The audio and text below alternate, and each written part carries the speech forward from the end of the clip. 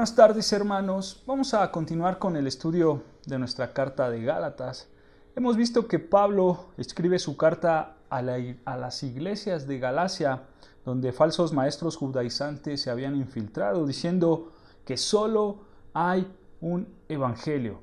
Vemos ahí en el versículo 8 del capítulo 1 que nadie puede alterarlo. Nadie puede alterar el evangelio. Si alguien lo hace, será un anatema, será una persona maldecida. Y a partir del versículo 11, Pablo defiende su mensaje diciendo que viene de parte de Dios y no de hombres. Y la más grande evidencia de esto es lo que él era antes y lo que fue después de Cristo. Antes perseguía a la iglesia y ahora es un predicador de lo que perseguía. Ese era el argumento de Pablo. Llegamos al capítulo 2, versículo 1 al 10, donde Pablo trata el tema de su visita a Jerusalén, diciendo que él fue a Jerusalén después de 14 años para cerciorarse de que su trabajo no era en vano, llevando consigo a Bernabé y especialmente a Tito, un hombre griego incircunciso y creyente de Cristo. Tito era un ejemplo claro de que Pablo estaba predicando el buen mensaje, el mensaje del Evangelio, porque Tito ya era creyente en Cristo y no necesitaba ser judío. Después relata Pablo que había 3 hombres en Jerusalén, Santiago, Pedro y Juan, los cuales estuvieron de acuerdo con el mensaje que Pablo predicaba y llegaron al acuerdo que Pedro predicaría a los judíos y Pablo a los gentiles. Así, hermanos, avalando ellos 3 el apostolado de Pablo y su mensaje. Entonces vemos que los judaizantes querían desacreditar a Pablo, pero Pablo dio las pruebas sólidas para defender su postura como enviado de Cristo. Ahora, hermanos, entramos a un enfrentamiento entre 2 grandes líderes, que es Pedro y Pablo. Acompáñame, que son los versículos que vamos a estudiar. Gálatas 2, versículo 11 al 21. Gálatas 2, versículo 11 al 21 dice: Pero cuando Pedro vino a Antioquía, le resistí cara a cara, porque era de condenar. Pues antes que viniese algunos de parte de Jacobo, comía con los gentiles, pero después que vinieron, se retraía y se apartaba porque tenía miedo de los de la circuncisión. Y en su simulación participaban también los otros judíos, de tal manera que aún Bernabé fue también arrastrado por la hipocresía de ellos. Pero cuando vi que no andaban rectamente conforme a la verdad del Evangelio, dije a Pedro delante de todos: si tú, siendo judío, vives como los gentiles y no como judío, ¿por qué obligas a los gentiles a judaizar? Versículo 15. Nosotros, judíos de nacimiento y no pecadores entre los gentiles, sabiendo que el hombre no es justificado por las obras de la ley, sino por la fe en Jesucristo. Nosotros también hemos creído en Jesucristo para ser justificados por la fe de Cristo y no por las obras de la ley, por cuanto las obras de la ley nadie será justificado. Y si buscando ser justificados en Cristo también nosotros somos hallados pecadores, ¿es por eso Cristo ministro de pecado? En ninguna manera, porque si las cosas que destruí, las mismas vuelven a edificar, transgresor me hago, porque yo por la ley soy muerto para la ley, a fin de vivir para Dios. Versículo 20, con Cristo estoy juntamente crucificado y ya no vivo yo, mas vive Cristo en mí. Y lo que ahora vivo en la carne lo vivo en la fe del Hijo de Dios, el cual me amó y se entregó a sí mismo por mí.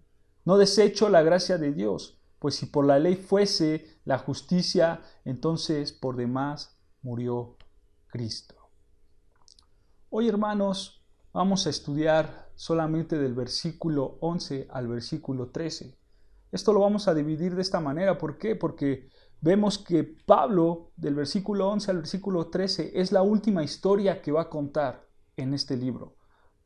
de los versículos 14 en adelante hasta acabar el libro de Gálatas, ya empieza a dar su mensaje doctrinal, ya empieza a dar la apertura del mensaje del Evangelio, el corazón del Evangelio, que es la justificación, hermanos. Entonces, vamos a estudiar nada más el día de hoy, del versículo 11 al versículo 13. Vean, para entender un poco lo que estaba pasando, hermanos, tener un poco más de claridad, vamos a ver un poco el contexto histórico. Nosotros vemos que Pablo fue alcanzado por Dios cuando se dirigió a Damasco. De ahí, Pablo, creyendo en Jesús, se va a Arabia y después regresa a Damasco. Relata Pablo también ahí en Gálatas 1 que pasaron 3 años por primera vez hasta que regresó a Jerusalén. Únicamente por 15 días, no se esperó más tiempo. En este viaje de 15 días a Jerusalén se encuentra con el apóstol Pedro. Todo esto Pablo lo menciona para decir que su autoridad no fue dada por apóstoles, sino por Dios, que su ministerio estaba avalado 100% por Cristo, que su autoridad y su mensaje, lo que él enseñaba, era 100% de Cristo. Después Pablo se dirige a Siria y a Sicilia, en esa región donde se encuentra Tarso. Tarso es la ciudad natal de Pablo. Pablo fue ahí a evangelizar también. Junto con todo esto, lo que estamos contando, la ciudad de Antioquía es alcanzada por el Evangelio. Dice Hechos 15:35, yo se los leo rápidamente. Hechos 15:35, y Pablo y Bernabé continuaron en Antioquía, enseñando la palabra del Señor y anunciando el Evangelio con otros muchos. Nosotros vemos que Dios estaba obrando en Antioquía. Aquí en Antioquía es el primer lugar donde se le llama cristianos a los cristianos. Esto era bueno, hermanos, en alguna manera, porque vemos que sí, a ellos se les llamó cristianos por burla, pero esa burla reflejaba que la iglesia de Antioquía vivía y se comportaba como Cristo lo hacía. Era una buena referencia, hermanos, del buen deseo que tenían en su corazón. Entonces vemos que Antioquía empezaba a crecer como iglesia cristiana. Por supuesto eran gentiles los de Antioquía, la mayoría de ellos. Después pasan 14 años y Pablo viaja otra vez a Jerusalén. De ahí se va a Chipre y de Chipre a las zonas de Galacia. Llega a Galacia y establece la iglesia. Establece todas las iglesias que están en la zona de Galacia. Después lo que hace Pablo es regresar a su ciudad natal, a su iglesia natal, que es Antioquía. Y en ese trance, hermanos, entre que Pablo regresa a Antioquía y las iglesias se levantaron en Galacia, entran los falsos maestros judaizantes. Ellos entraron a las iglesias de Galacia predicando la falsa doctrina y Pablo se entera de esto, por supuesto, y acto siguiente, hermano, Pedro visita a la iglesia de Antioquía. Digo acto siguiente porque no hay algún registro, ni en el libro de Hechos, ni en otro lado, no hay ningún registro donde nos pueda decir en qué fecha viajó Pedro a Antioquía o cómo fue que Pedro llegó a Antioquía. No se sabe de ese viaje, pero Pedro llegó a Antioquía, hermanos. Entonces, Pablo está relatando esta historia y vean lo que dice versículo 11, ahí de Gálatas 2, versículo 11. Vean lo que dice, hermanos. Pero cuando Pedro vino a Antioquía, le resistí cara a cara porque era de condenar. Dice, Pablo escribe que tenía una confrontación con Pedro en Antioquía. Imagínate esa escena, hermanos. Le resistí cara a cara. Pedro y Pablo cara a cara, hermano. Los dos máximos líderes de la iglesia primitiva se iban a enfrentar cara a cara. Ahí, hermanos, la palabra que usa Pablo para resistir en el griego es antitesmi. Es una palabra muy fuerte, hermano. antitesmi. Esta palabra quiere decir resistir, oponer, hostil, hacia o ponerme enfrente. Literalmente Pablo está callando a Pedro diciéndole, tú no debes hacer esto. Cara a cara le fue hostil, se le resistió, se le puso enfrente de. Hermanos, aquí podemos ver algo interesante, y es que el pecado siempre debe ser confrontado, más si el pecado deshonra a Dios. Y también, hermanos, podemos ver que es evidente que Pablo está mostrando con todo esto que tiene autoridad divina. Recuerda que los judaizantes decían que Pablo no tenía autoridad divina. Pero estos judaizantes no tenían ni idea que Pablo se le puso de frente a Pedro para decirle, Pedro, estás equivocado, estás equivocado. Entonces vemos que Pablo se encuentra con Pedro en Antioquía, le resiste cara a cara, lo confronta de frente, le dice, tu pecado está mal, porque era de condenar, dice ahí, versículo 12, vean lo que dice, pues antes que viniese algunos de parte de Jacobo o Santiago, comía con los gentiles, pero después que vinieron, se retraía y se apartaba, porque tenía miedo de los de la circuncisión. En este versículo, hermanos, vemos dos escenarios. El primer escenario, Pedro predica la libertad de Cristo. Segundo escenario, Pedro predica la esclavitud en la ley. Esos son los dos escenarios que Pedro está mostrando aquí. Sabemos, hermano, que Pedro era judío y convivía con gentiles. Ahí en el versículo 13 dice, comía con los gentiles. Él convivía, él comía con ellos. Lo interesante aquí, hermanos, es que un judío no estaba tratando de obligar a ser como ellos, sino que el judío se hacía como los gentiles. No estamos diciendo, hermanos, que Pedro, por así decirlo, negociaba sus convicciones, no, sino que Pedro estaba disfrutando de la libertad que tenía en Cristo. En la iglesia del primer siglo esto podría ser muy radical, hermanos. Recuerda, el evangelio apenas estaba empezando. El evangelio de Cristo apenas estaba siendo movido y para que todo el mundo se expandiera.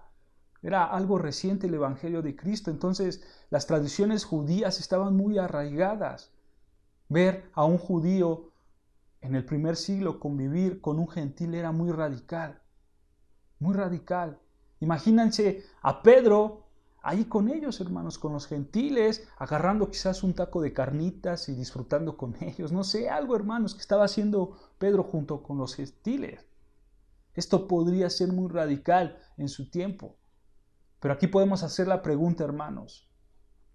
¿Cuándo Pedro llega hasta el punto de convivir con los gentiles? ¿Cuándo fue que Pedro dijo, yo voy a convivir con los gentiles sin ningún problema? Bueno, eso lo vemos en Hechos 10, hermanos. Acompáñame a Hechos 10, versículo 9 al 15.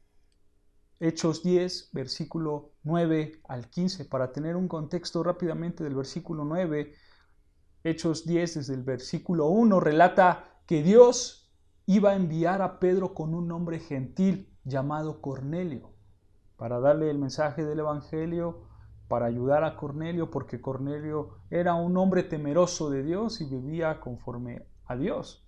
Pero antes de que Dios lo enviara, Dios prepara el corazón de Pedro. Y estamos en el versículo 9, vean lo que dice. Al día siguiente, mientras ellos, o sea, los hombres de Cornelio, iban por el camino y se acercaban a la ciudad, Pedro subió a la azotea para orar cerca de la hora sexta y tuvo gran hambre y quiso comer, pero mientras le preparaban algo, le sobrevino un éxtasis y vio el cielo abierto y que descendía algo semejante a un gran lienzo, que atado de las 4 puntas era bajado a la tierra. en el cual había de todos los cuadrúpedos terrestres, reptiles y aves del cielo. Y le vino una voz: levántate, Pedro, mata y come. Vean, entonces Pedro dijo: Señor, no, porque ninguna cosa común o inmunda he comido jamás. Versículo 15. Volvió la voz a él la segunda vez: lo que Dios limpió, no lo llames tú común. Aquí, hermanos, continúa la historia. Pedro se levanta y en obediencia a Cristo, Pedro le predica al gentil Cornelio, donde él y toda su familia, toda su casa se convirtieron y fueron bautizados. Pedro vio muy claro cómo el Espíritu Santo hizo la obra en su familia, así como la obra que hizo el Espíritu Santo en el Pentecostés cuando Pedro predicó y mucha gente se convirtió. Pedro lo vio claro, hermanos. Pedro sabía que era obra de Dios, era obra del Espíritu Santo. Vean el versículo 28, ahí mismo, en Hechos 10, versículo 28 más abajo dice: y les dijo: vosotros sabéis cuán abominable es para un varón judío juntarse o acercarse a un extranjero, pero a mí me ha mostrado Dios que a ningún hombre llame común o inmundo. ¿Se dan cuenta, hermanos? Pedro no estaba negociando sus convicciones. Pedro tenía claro lo que era la libertad en Cristo. Por eso Pedro se sentó a la mesa con los gentiles para hacerse como gentil. Pedro, hasta este punto de la historia, reflejaba lo que era la fe correcta, hermanos.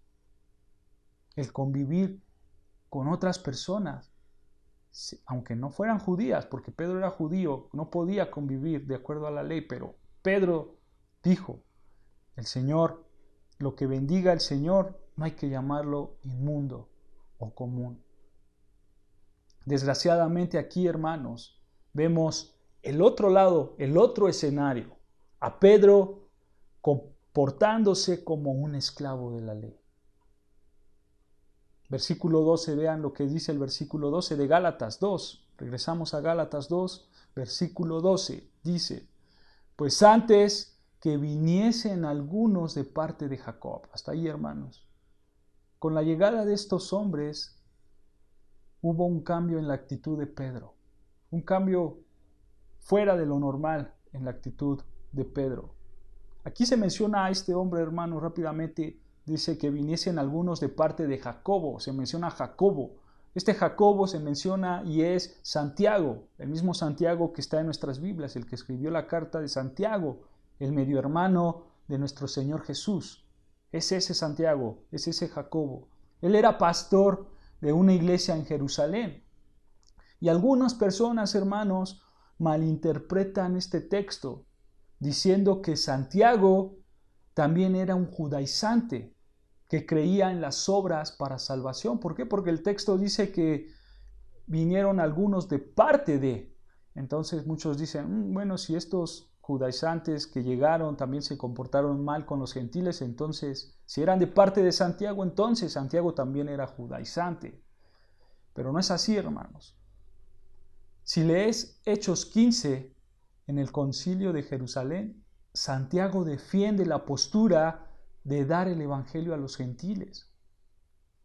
Entonces, tenemos que descartar esta idea, hermanos. Tenemos que descartar la idea. Santiago no era judaizante. Otra postura, hermanos, referente a este texto, es que eran hombres que se hicieron pasar por enviados de Santiago y eran como unos impostores que se infiltraron en ese lugar diciendo, venimos de parte de Santiago. Pero, hermanos, esta postura no tiene ninguna evidencia. El texto no menciona nada de eso. Otra parte de la escritura no podemos ver eso. Entonces, también hay que descartar esta idea porque no hay evidencia alguna. Lo único que podemos pensar en este texto es que eran hombres que salieron de la iglesia de Santiago. Por eso decían que venían de parte de Santiago, porque salieron de su iglesia. Probablemente estos hombres conocieron a Cristo, se congregaron en la iglesia de Santiago y ahora estos hombres con su propia autonomía estaban predicando el falso evangelio. Probablemente por eso Pablo escribe que eran hombres de parte de Santiago, porque Pablo a lo mejor los vio congregarse en la iglesia de Santiago, en la iglesia que Santiago tenía en Jerusalén. Pero eso es lo que podemos decir, hermanos, que estos hombres estaban ahí, se salieron, decidieron abandonar a la iglesia y con su propia autonomía empezaron a judaizar, a predicar el falso evangelio. Entonces, dice el texto que a la llegada de estos hombres, Pedro cambió totalmente de actitud.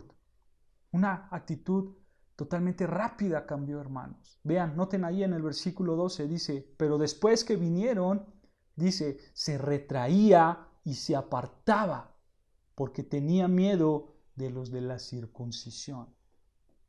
El hombre que proclamaba la libertad de Cristo ahora se comporta como todo un esclavo. La palabra, hermanos, que usa Pablo para escribir retraía está escrita en un sentido militar. Cuando los militares se salían de una manera estratégica de las batallas. O sea, el enemigo los atacaba fuertemente, entonces ellos necesitaban escapar de ahí para que no fueran atacados, para evitar ese ataque. Esa es la idea que Pablo tenía cuando escribe retraía.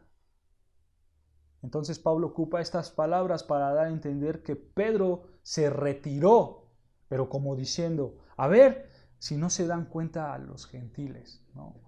Algunos comentaristas dicen que esta palabra de retraía quiere decir que Pedro se fue retirando progresivamente.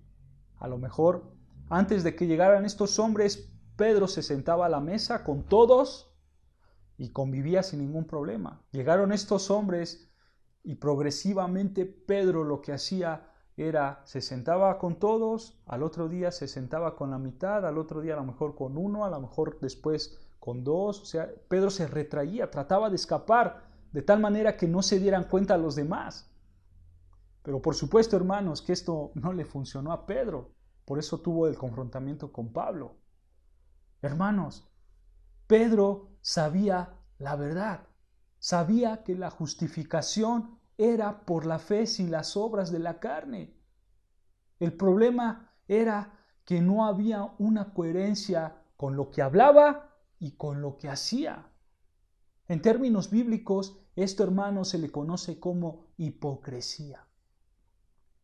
Pedro era hipócrita. Sin duda, Pedro sabía que no había diferencia entre judío y gentil. Él sabía que no era necesario llamar inmundo a lo que Dios ya había limpiado. No era necesario, hermanos. La pregunta aquí es entonces, ¿por qué Pedro se comportó así? ¿Por qué Pedro tomó esta actitud?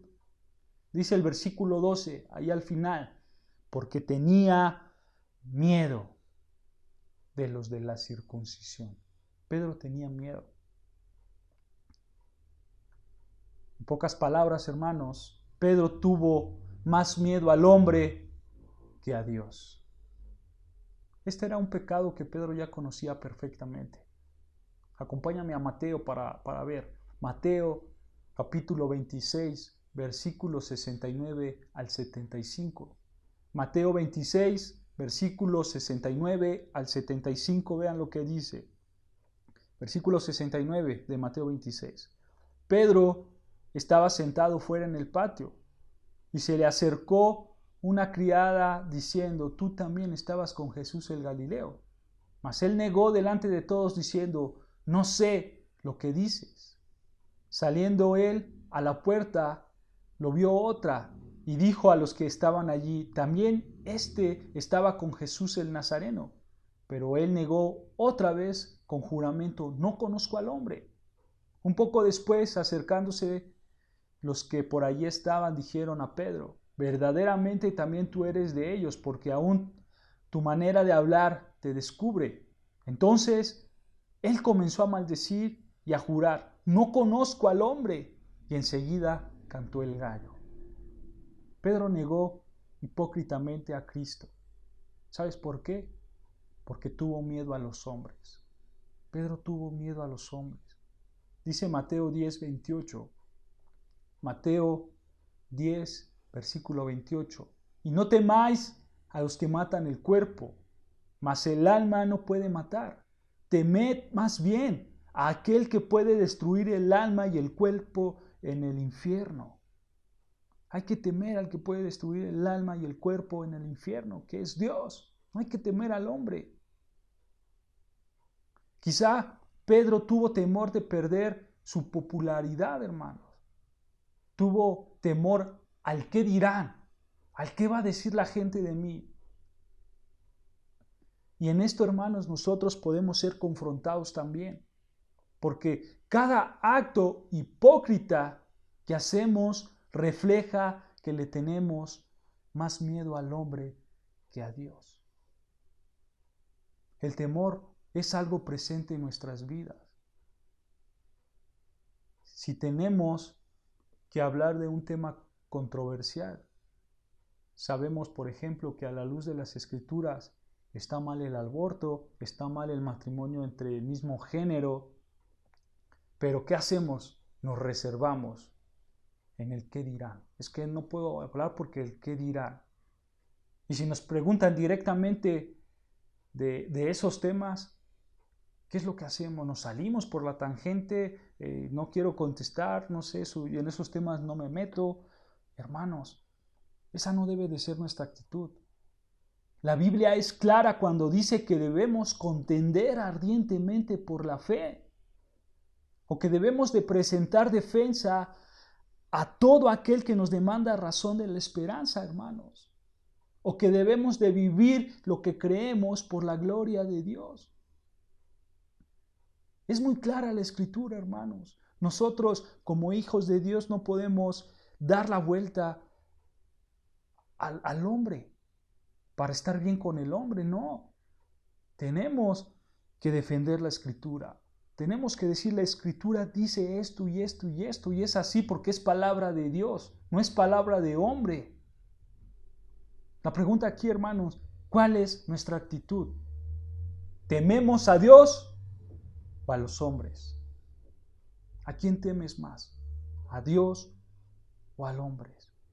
Vean lo que dice Proverbios 29, 25. Proverbios 29, versículo 25. Dice, el temor del hombre pondrá lazo. Hasta ahí, hermanos. El temor del hombre pondrá lazo. El lazo aquí, hermanos, se traduce como trampa. El temor te atrapa. Pedro, queriendo quedar bien con algunos, quedó mal con otros. Estaba atrapado en su temor. Continúa diciendo Proverbios 29, 25, mas el que confía en Jehová será exaltado. ¿Se dan cuenta, hermanos? Pablo, hermanos, tenía claro lo que estaba pasando. Él tenía claro esto. En su vida de Pablo, antes de Cristo, él se comportaba igual que Pedro, de manera hipócrita. Es más, él se hacía llamar fariseos de fariseos. Él sabía cómo ser un hipócrita, sabía cómo vivir en medio de hipócritas. Y ese, hermano, es uno de los motivos por el cual Pablo escribe la carta a los Gálatas. Es alguno de los motivos. Pablo ya no quiere meterse en los terrenos de la hipocresía, hermanos. Su corazón de Pablo ha cambiado. Ahora es una nueva criatura, es un ser nuevo en Cristo. Su corazón de piedra viejo, lleno de pecado y de hipocresía, fue quitado por un corazón de carne, un corazón que anhela la santidad, que anhela la verdad en Cristo, un corazón que sí peca, sí, pero anhela el arrepentimiento, y seguir en el camino de Dios. Pablo ya no quiere meterse en esos terrenos de la hipocresía. Por eso escribe a los Gálatas. Y vean lo que dice Gálatas. Ya lo vimos, Gálatas 1, capítulo 1, versículo 10, vean lo que dice. Gálatas capítulo 1, versículo 10. Pues, ¿busco ahora el favor de los hombres o el de Dios? ¿O trato de agradar a los hombres? Pues si todavía agradara a los hombres, no sería siervo de Cristo. Hermano, no hay términos medios. O agradas a Dios o agradas a los hombres y te alejas de ser un siervo de Dios. No hay más, hermanos, no hay más. Tenemos que realmente, hermanos, defender la Escritura. Pablo enfrenta la actitud de Pedro con firmeza, sabiendo que el Evangelio estaba en juego. Él lo sabía, Pablo lo sabía. Allí a Gálatas, regresando a nuestro texto de estudio, Gálatas capítulo 2, versículo 13. Vean lo que dice Gálatas 2, versículo 13. Y en su simulación participaban también los otros judíos, de tal manera que aún Bernabé fue también arrastrado por la hipocresía de ellos. Noten, hermanos, que esa palabra de simulación es la misma palabra que conecta con hipocresía, ya que hipocresía se puede traducir como fingir o simular. Entonces, estos judíos que habían llegado se estaban comportando igual que Pedro, haciendo a un lado a los gentiles. Y claro, hermanos, que Pedro estaba en su hipocresía, estaba simulando, actuando algo que no creía. Pedro tenía la verdad en Cristo, sabía que no pasaba absolutamente nada si convivía con los gentiles, pero por miedo a los hombres, a la presión de los judíos, empezó a simular, empezó a ser un hipócrita. Debemos de dejar algo claro aquí, hermanos. Pedro en ningún momento dijo, los gentiles tienen que hacerse judíos. No, nunca lo dijo. Nunca lo dijo con sus propias palabras. Pedro sabía la verdad y su enseñanza no era el problema. No era el problema la enseñanza, la doctrina teológica de Pedro era buena.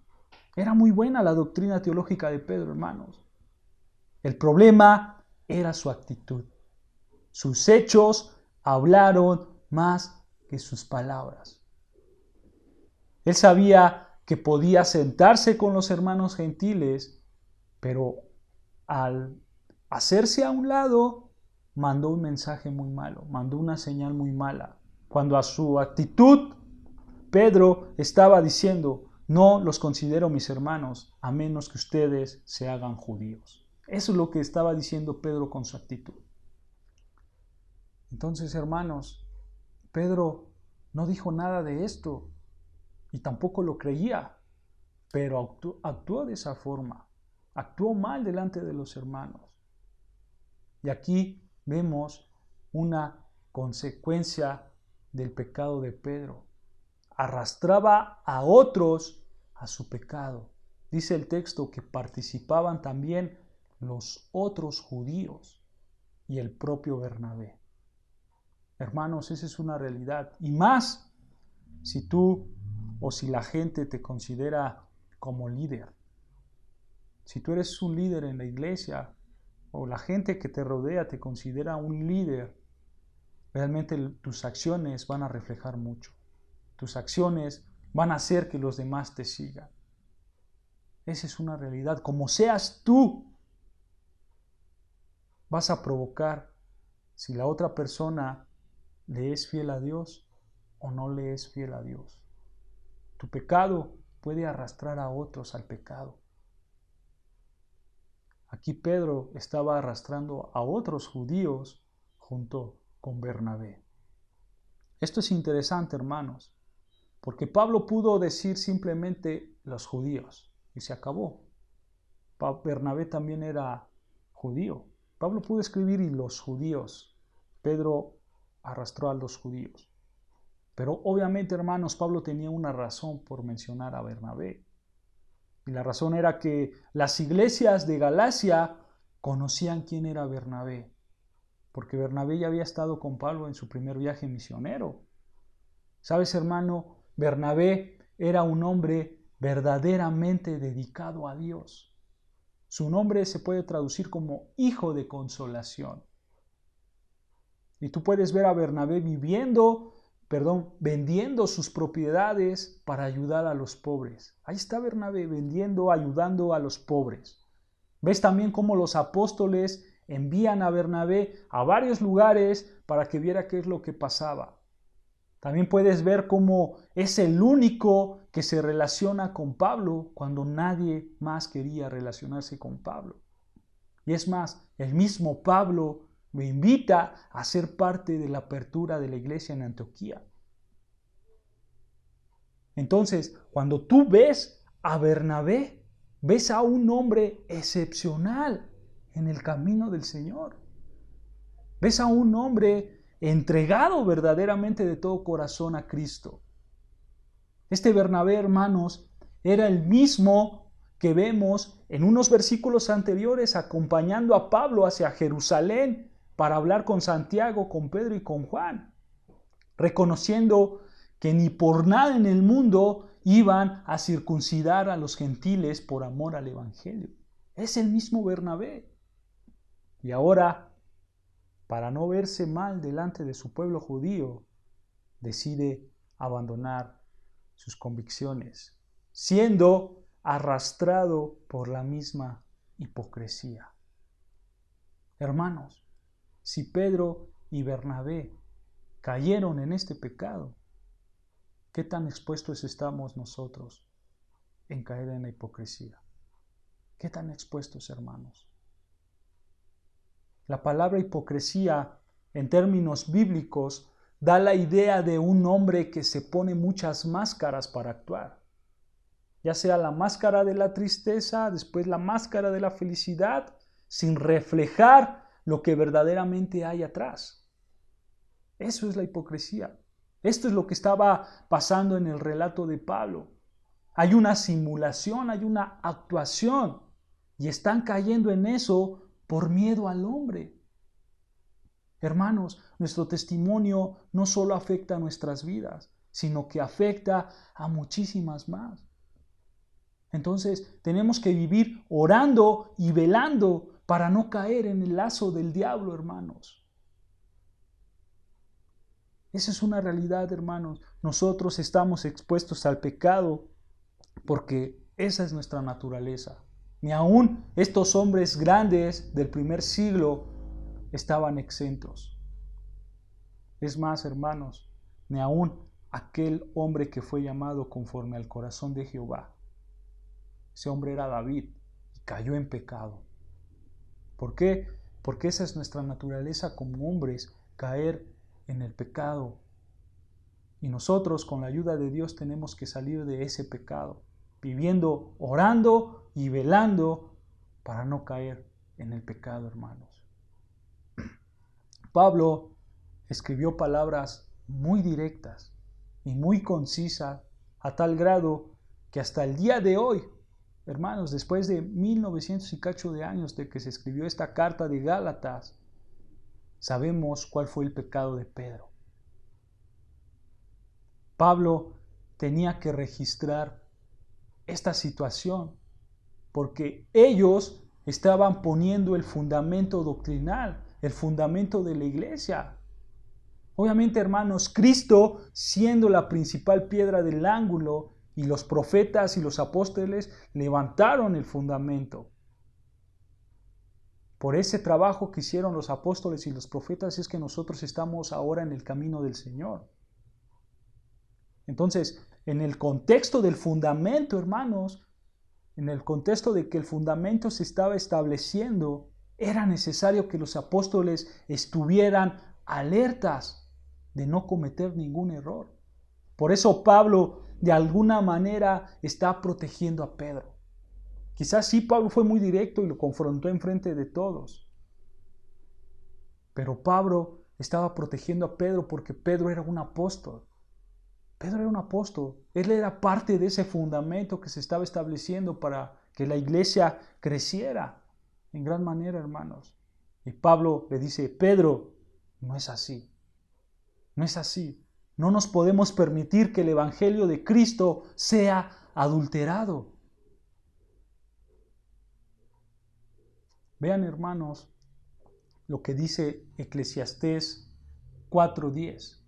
Eclesiastés capítulo 4, versículo 10. Dice, porque si cayeren, el uno levantare a su compañero, pero ay del solo que cuando cayere, no habrá segundo que lo levante.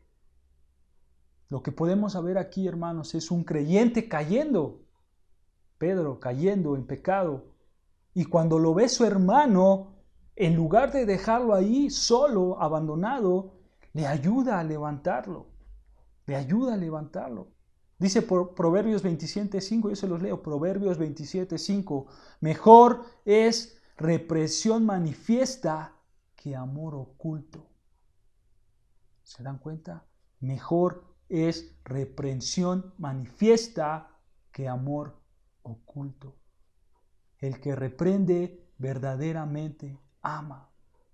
Todos, hermanos, necesitamos a alguien que nos levante, a alguien que nos reprenda. Hay que imitar el ejemplo de Pablo, reprendiendo a un hermano que está en pecado, para que sea levantado y así evitar que otros más caigan. Después de todo lo que hemos visto, quizás alguien puede preguntar, ¿cómo es posible que Pedro y Bernabé hayan caído? Si eran hombres grandes, eran hombres excepcionales. ¿Cómo es posible que Pedro cayó si se aventó un gran sermón ahí en el Pentecostés? Hermanos, el hombre, el ser humano, puede caer en estos y en cosas peores, por la condición que estamos. Mira las palabras de Pablo, acompáñame a Romanos 7:18. El mismo Pablo escribió esto. Romanos 7, versículo 18 dice, y yo sé que en mí, esto es, en mi carne, vean, no mora el bien, porque el querer el bien está en mí, pero no el hacerlo. Esa es nuestra realidad. Nosotros como creyentes podemos caer en cualquier pecado, no estamos exentos de ninguno, pero la gracia de Dios es la que nos hace levantarnos, hermanos. Cada vez que caemos, nos arrepentimos y volvemos al camino. Esa es la idea, hermanos. Y mucho mejor si alguien nos ayuda a levantarnos, si un hermano nos ayuda a levantarnos. Para concluir, hermanos, hay una realidad muy grande. Cada vez que pecamos y alguien más nos corrige, debemos de aceptar esa corrección. Aquí Pedro tomó la mejor actitud y lo sabemos porque Pablo directamente enfrenta a Pedro delante de todos, enfrenta su hipocresía y Pedro no dijo nada. Él acepta su error y por supuesto que Pedro cambió. Ese es el beneficio que tenemos, hermanos, cuando alguien nos corrige, cuando alguien nos hace ver nuestro error, nuestro pecado. El beneficio es que podemos cambiar para bien. Después nosotros en la Escritura vemos que Pedro en su segunda carta ataca directamente a los judaizantes. Y no solo eso, sino que también el mismo Pedro escribe, el amado hermano Pablo. Es un cambio. Pedro hizo un cambio, hermanos. Y esta es la actitud que debemos tener cuando alguien nos ayuda a levantarnos. Debemos de ser agradecidos si caemos en el pecado de la hipocresía y alguien nos levanta. Debemos agradecer y corregir nuestro pecado, teniendo en primer lugar, hermanos, el temor a Dios, porque es el principio de la sabiduría. Eso es lo que tenemos que tener en nuestras mentes. El temor a Dios, porque es el principio de la sabiduría. Con este pequeño relato, hermanos, Pablo da la pauta para el mensaje principal que tiene para las iglesias de Galacia, el cual es la justificación por medio de la fe. Entonces, en esta primera parte, hermanos, vimos el último relato de Pablo en contra de la hipocresía de Pedro, pero ahora Pablo usa esto para entrarse al tema principal, la justificación por la fe. Si Dios lo permite, lo veremos la próxima clase. Dios los bendiga, hermano.